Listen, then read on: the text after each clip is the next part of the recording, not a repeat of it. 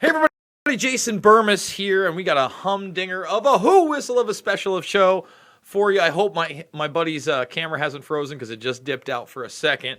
I haven't spoken to this guy, not in person, probably in over a decade. I think the last time we saw each other was at a seedy California motel. Maybe that was in 2012, so that's not a decade, right? I think that's 7 years. And we chat from time to time, but he's been on the West Coast for some time. He is my good friend, Anthony Kreed. He currently has a brand spanking new album out called A Western Perspective. It's got some fancy artwork over here, and it's got even fancier songs. So I thought it would be a good idea to help him put this out there to a larger audience, talk about life differences on the East and West Coast, and maybe even talk a little bit, not only about how he grew up, but about us living together as roommates back in the Clinton era.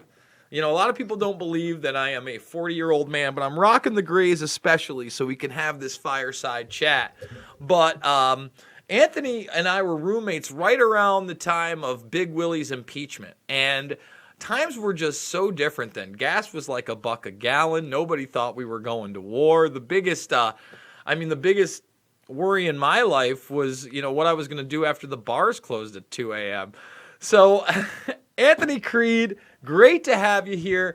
Why don't you first tell people about yourself and how you got into rap? Because this isn't you were rapping back then. You've been in this now 20 plus years. Very talented. This is far from your first EP, but I feel like this one's very special to you. So let's talk about it. What's going on, man? Yeah, it's been a long time, dude. I can tell you a little bit. I mean, I grew up in New York, Long Island. I've been doing music mostly my whole life. Like even when I was a little kid, I was doing talent shows. It wasn't hip hop or nothing, but as I got older, I started doing hip hop, and I just loved it. It was like out of all the things that people do, I knew I was good at it, as opposed to other sports and things like that. And for me, it's like my crutch when I need to express without everyone's got to go to. It's my music. So, but yeah, I've been doing it for a long time. I mean, we went to school together. I was doing it in there on the radio stations, and it was funny back then too because people they didn't even think I can flow or I can spit or nothing like that because they look at me and they're like, oh, here we go, Eminem, which is no disrespect to him. He's one of the greatest, but I'm just saying like it actually for me it made it a little harder than it was before he came out. You know what I mean? Which No, is all good absolutely. because it made you step up your game. At the end of the day. And that was right around the time we were roommates. So that's that era. Yeah. When did you headed out? When in the early 2000s, right? Yep. Like 2005, I think it was. Yeah. So what do you think the big difference is from literally being a East Coast guy, like a legit East Coast guy? I mean, you could tell people where you're from, and a West Coast guy. Now, you tell me. Um, it's similar but different at the same time because I mean everyone's got their own agendas coming. They're all looking for crazy fame and fortune and things like that in general. But I mean, my biggest thing is the misconceptions that people have on both coasts. Like growing up in New York, you go anywhere outside, they all think that we're just very closed minded or we're very direct and rude and stuff and that wasn't the case at all growing up. You know what I mean? The people that I'm still cool with out there are genuine people. And same thing for California. Like when I first got here, that's all I kept hearing from everybody else was there's going to be fake people and blah, blah, blah. And the people I run with now, like their family, they're the most genuine people I probably met in my life, So the misconceptions are one of the biggest things, But the style of the music is also different too, It's a lot more cold and New York is grimy and the West Coast is very smooth. And you can hear that in people's music and stuff like that. So, but I've always been like a big West Coast guy. Like I've always listened to the West Coast rap over the East Coast rap because that's just what I liked. So I kind of incorporated both. Being here so long now, like I feel like I'm a Californian because I support it every way possible. You know what I mean? But I never forget where I'm from. I mean, that'd be silly to do that kind of stuff. But there are differences and contrasts. But I never thought I hated the cold until I left it. So Believe me, because dude, you're growing not up, you missing just think much. that's how life is. Yeah, you're not missing much. You're missing big winners. Even down there, there's a lot of big winners. Now, coming from hip hop, I was never a huge rap guy. The only thing I was really listening to when we were there was Wu-Tang Clan. I was pretty much, and NWA's Greatest Hits. Those were like the two, anything Wu-Tang put out, NWA's Greatest Hits. I still go to those. I listen to those, all the time walking a dog. And, today, for me anyway, I haven't seen a lot of stuff that's impressed me. I got into D. Antwoord a little bit because they were different. Found R.A. the Rugged Man as probably the king of the underground, in my opinion. What is a guy like you, who is on the underground, which tours with some of these guys, sees some of these guys in the backdrop? What do you listen to, and what inspires you right now that's out there? Because, God, man, some of it's such trash. It's so not lyrical. And that's what I've always loved about you. You have kept it lyrical. I mean, I like old and new stuff. You know what I mean? A lot of my inspirations hardly even come from hip hop these days. But I mean, as far as in the game now, of course, Kendrick's up there, J. Cole's up there. There are a couple. Logic's another one that just he's pretty phenomenal too. But I listen to my local people that are pushing themselves too. Like my homie Doobie, I still bump. There's a couple of them. Lady Girl that I work with out in Boston, I bump her all the time. Like I try to listen to music that people are still trying to come up, working hard to do, because a lot of it's genuine. It's not that I don't like what's new. I like what's new, but that's just not what I bump. You know what I'm saying? Mm-hmm. So tell people, first of all, how long did this album take you? What's the closest track to your heart on this? How do they get it? Because I saw you get it on Tidal, you can get it on iTunes, but I couldn't get it on Amazon, which kind of pissed me off because I don't have any. You can only get like 2 tracks on Amazon, not the whole album. It was kind of making me upset. Yeah, I didn't know that. I actually have to figure that out because it should be available on Amazon too. Yeah, because I was over there. I was trying to get it on Amazon because the one thing I actually have an account on. But it only had, and a couple of tracks are online for people to check out, but they can go to Spotify. It's available there. It's available on iTunes. Anthony, tell us about this Labor of Love. Honestly, like it took a good minute. Being me, man, I'm always a perfectionist. I redo things over and over and over until I feel like it's perfect or in the way my mind sees it. So, I want to say it took at least 3 years for me to get it properly. I've done things in the past, mixtapes, a couple EP tracks, but I've never done a full-length album, all original, all copyrighted, everything legit, So it was a really long process, but it was awesome. The whole album from beginning to end is a story of, my side of being on the West Coast and my love for it and, where I came from. It starts off with a real, a lot of lyrics, a lot of underground beats, a lot of, West Coast intertwined with, lyricism, but as it gets more into it, gets more conscious, more emotion to it. So yeah, it was a great journey. I'm already pushing out new tracks now. Like I've come to that after I finished this album, I just got to this peak that now I just feel like I can bump anything out. It's real quick with me. But as far as the most emotional track, of course, it's going to be one of the last ones called My Brother's Keeper, because it hits me the hardest. It's, I lost 2 of the closest people I've ever had in my life within 2 years of each other, So, that's hands down probably the most emotional, like most personal track I have on there, But the whole album, like when I started doing this, I just got tired of everybody telling me what I should sound like and who I should be representing like and this and that. And I just did this album that I wanted to listen to for me. So I listened to it a lot. Like I never did that before. Like people hear me, they go, oh, he's dope, but you're not going to buy my album kind of deal, And that's why I was like, screw this. I'm going to do what I want. And that's what I made. I made an album that I want to listen to. So I love that other people like it, you know what I mean? But that was my focus on it. And that's where it took me to here now. And you got some really cool collabs going. I listened to the Where Y'all From, I believe it was, with King Crooked, which was awesome. And then you've also got Chino XL on this album, my friend. How do you find, like, obviously the process is big, but how do you approach somebody to say, hey, man, I want you on my album? And then how do you get them to do it? Because, they're getting hit up all the time, a lot of these guys. I think a lot of it was like, I just wanted to look at some artists that I actually really loved listening to, that I wanted to always imagine doing stuff with, and those 2 guys were definitely both of the ones I wanted to do with. And I kind of I hit them up, like I go through whatever their networking programs are, whether it's Twitter or Instagram, this and that. And some people would ignore you, and then some people would hit you back. But I think you got to have decent music too, because when I'm cool with Chino now, and Chino actually has helped me very much in, questions I have or anything. He definitely has mentored me a lot. So I mean, in the beginning though, it was more like, I even asked him why did you decide to work with me and this and that, and I was cool, and he checked out my music and he dug it. So that meant everything to me. And then same with Crooked. That Crooked was real good, real quick, real businesslike, and I those two songs are really dope. So it's like. So how can people support you other than obviously grabbing the album? Where are you at? I know you're obviously on the West Coast, but can they see you live right now? Are you doing a little mini tour? Are you basically in the clubs? What's going on? I'm definitely still doing shows all out in LA and stuff. I did a couple out of the States this year, but early next year is when me and my team were planning a tour. I'm not really sure if it's going to be all the states or it's just going to be down East Coast, because the team I'm rowing with are from Boston, or we might be doing the West Coast too.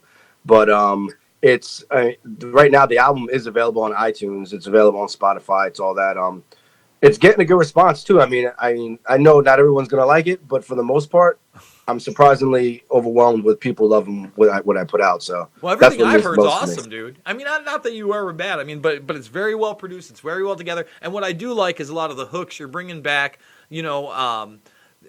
Female vocals, going through. I love that. I want, me, I want a part of a song. That's why I was always turned on to like Wu-Tang Clan and the piano beats and the strings, and even with, I mean, I never fell in love with as much of Dre stuff as I did NWA just because of the rawness of it. I know that you're a big Eazy-E guy, and that was, this is a quote-unquote a conspiracy theory program, according to some people. And you were one of those guys always saying, they took E out. There's no way that he died from that, et cetera, et cetera. Even back in the day, it had me looking at that. What are some of the... I mean, we don't get to talk often, obviously. What are some of the things that you are questioning these days out there in LA? What's the beat on? Because I know there's a lot of, we got to get rid of ICE, we got to get rid of Trump, yada, yada, yada.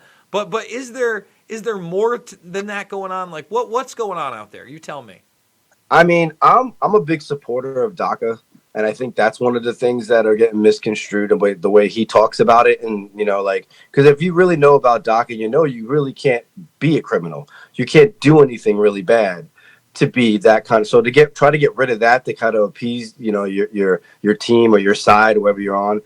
That kind of burns me here, and since there's a lot of Mexican community out here, I think it's a big deal. Mm-hmm. So I mean, that kind of really does bother me. ICE is another one too, Yeah, but ICE isn't. The way I look at this is, we don't even have ICE without Homeland Security, and yeah. I don't want Homeland Security. And the thing is that you put somebody in a position where these things have been going on across administrations. He's obviously elected on building a wall. And the powers that be, don't want a wall. Let's be honest. They don't want a wall. I mean, it's a waste of money. It's a waste of tax money, man. That's what it is. Well, I mean, it also puts a damper on that cartel trade getting across the border that we know our CIA is involved in. I mean, you even look at Escobar's son now going around the country, down in South America countries, and talking about how his dad was a CIA asset. We know Barry Seal. I mean, these things don't end, in my opinion. They just, new faces to the game, and those faces stay hidden. And they usually, when they're in public, they're big-time smiles, and they got a Christian agenda. And meanwhile, you'll be lucky if they're just fucking 4 hookers in the back and doing blow, and they're not sacrificing a child with some goat god in the back. And that's a joke to a point. That's a joke to a point. But... you were around maybe the early days where you heard some Jason Burmis rants about some occultism or some baby rapists, et cetera, et cetera. How do you feel with things like, Epstein coming into the public foray and some of this weird occult stuff actually now being celebrated by the hip hop community? That was stuff we were like, you were like, nah, come on. And nobody was really talking about it. And now it's elevated to a point of artistic parody, especially in the rap community. I mean, I think the Epstein thing is obnoxiously gross. We all knew that the higher ups do crazy shit like this. You know what I mean? But now that it's kind of coming out into the open, you know what I mean? It's a little more people like, whoa, kind of what's going on with this. But this is how all those people always worked in my eyes, And I remember you telling me crazy stuff way back in the day that it's not so crazy. You know what I mean? But I mean, I talk about it all the time. Like, I'm like, this is one of my best friends, and like there was a point where he was just sleeping on my couch telling me this stuff, and now look at where you're at right now. And then when you came out to Cali to do the loose change, it was just like, Yeah. and I still believe that stuff 100%. And out of all the other conspiracies and all that nonsense that are out there, what you do is you actually have some real legitimate facts behind things, and it's like, how can people not, open their eyes to that kind of thing? And I get a lot of shit too because, like being an Italian guy, being Caucasian, I get a lot of shit from white people telling me, I'm an Uncle Tom because, I believe in white privilege and things like that nature. And it's just like, so I kind of even like label myself, like you even see my logo, Anthony Kreed, like Captain America, I guess I'm Captain Anti-America, even though I'm not. Well, you know what? You know what I With mean? white privilege, I look at it this way.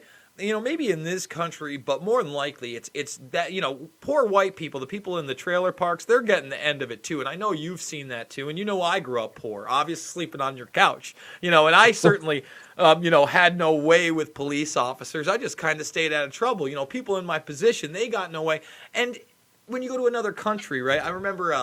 This is after you, but I end up having this fraternity brother. Oh, we lost him. Hopefully he comes back. There I'm he is. back. I'm back. That's fine.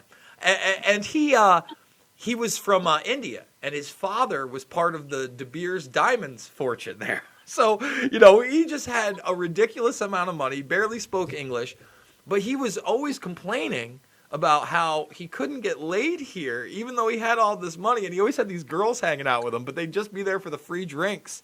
But he would complain like, I got top shelf over in my country, et cetera, et cetera. I don't understand. And I go, well, I mean, just listen, man, just like you're privileged over there and you're going to be able to get things. Unfortunately, yeah, bigotry is kind of a thing. And you're never going to fully stop that. But I do think, especially, again, we've known each other 20 years. Racism, in my opinion, has actually gotten better. And the media has portrayed it as getting worse. I don't know if I would agree otherwise, because I've just seen people come together. It's less and less of an issue in communities that have been integrated, right? And it's only really, to me, on the outskirts that you really see that big time racism. I mean, you tell me it's different, because I know you're out on the West Coast. I don't know if I agree with that. Really? You think racism's gotten worse in the last 20 years? Do I think it got better in the accents of overall? Maybe a little bit as far as what's going on exactly, but not individually. I want to say, I don't know if that makes sense, but I still see it a lot. I know I still see it through my friends often. Really? And I think, I mean, and especially with the police out here, like, it's like a whole nother level, I mean, not everybody. Now, like I said, like, I don't like to say every cop is a bad cop, because that's not the case. Yeah. We all know that. Yeah. But there are a lot of bad ones. And maybe some in but hold on. There are a lot of bad ones that aren't just racist. I mean, you know this as well. Oh, being from New York, absolutely. They're drug dealers. And I think they have this fraternity that's more like, we're not going to snitch on this dude, but how we can, these good cops want to be recognized. They need to weed out these bad cops. I agree with that. Well, that's why I'm all for body cams. But for me, let me give you an example. You have the Eric Garner situation, right? I don't think that cop was racist. I think he was stupid. I think that he shouldn't have done that. I think that's a real police brutality issue. I thought it was horrible that he got away with what he did. But what I liked about that, and it's sad because both of his wife and I believe his daughter both died in separate incidents afterwards talking about this. But basically they said, look, they treat white people the same way on that block. It just is who you are. And they strong arm all sorts of people. It doesn't matter. And then Al Sharpton tried to get in on it. And we all know about Al Sharpton. They didn't want it.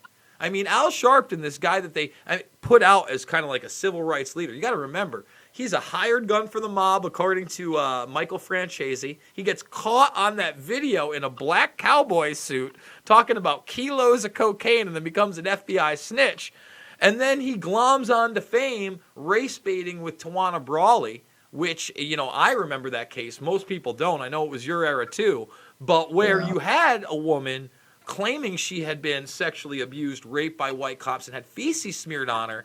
And that further, I would say, deprecates the issue when it actually happens. And it does actually happen. where women of color are abused or poor women are abused, and those things should be exposed. But it does no services to either the racism debate or the police brutality debate, in my opinion, when you conflate them. Right. You're like, you're going too much on me. I knew that was going to be too long-winded for you. Anthony, I got to ask you. I live in a blue state, but I'm in upstate New York where it's red like rain, baby. Ready? Shooting some deer, chewing some tobacco, riding some four-wheelers. So I see both ends, right? You on the West Coast, is it just full-blown Democrat? And if it is, who do you think they want to run?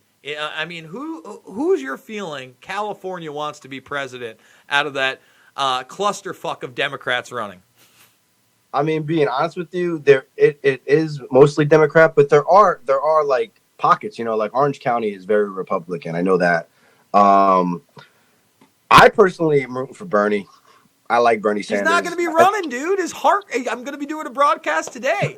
He's in surgery. I know. As soon as I read that the other day, I was like, it's over for him. Tulsi Gabbard, if you're going to vote Democrat, dude. Yeah. I mean, I haven't honestly gotten too involved in seeing even in the debates yet, to be honest with you. So I'm not going to comment and just say something to say something. But I'm definitely not going to be voting for Trump. Well, it depends on who you put up against him. And I think the majority isn't. I mean, that's my personal opinion. I think the majority isn't going to be voting for Trump, at least out here. I don't know about that. In California? I don't know. Well, it depends. If you put another Hillary Clinton, listen, I'm not voting for Joey B. I'm not fucking voting for Joey. I'll touch fucking people inappropriately on camera, Joey Biden. I'm glad. In fact, this big scandal, this is the problem, man.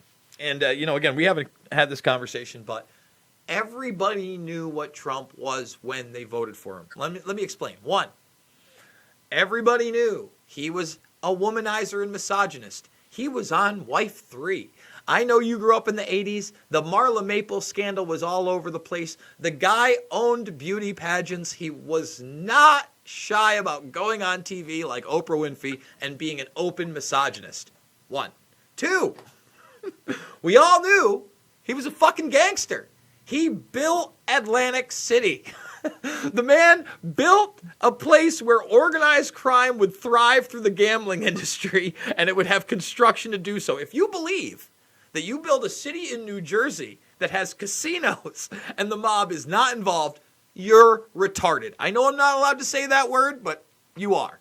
I think the thing, though, is that I don't think people think like that. I don't think they think that educated. Plus, we were not fucking growing up in the 80s, bro. We were like 5. I got number 3. This is the problem, Anthony. This is what got him over the edge. Are you ready? Those two things, first of all, they're celebrated in American culture. Just to let you know, everybody wants to be the Wolf of Wall Street in the Scorsese movie, right? So it's celebrated. Now you got 3. He's an actor. Number 1, the WWF audience that's been following this guy for 30 years. You're a wrestling fan. You're a wrestling fan. They're dedicated, bro. They're coming out to vote for Donald Trump. 1. But over the years, it wasn't just wrestling. He already had that pro wrestling mentality. He already was very comfortable in cameras, did the talk show circuit scene. Then they give him a reality game show that has nothing to do with reality. Now you got a guy.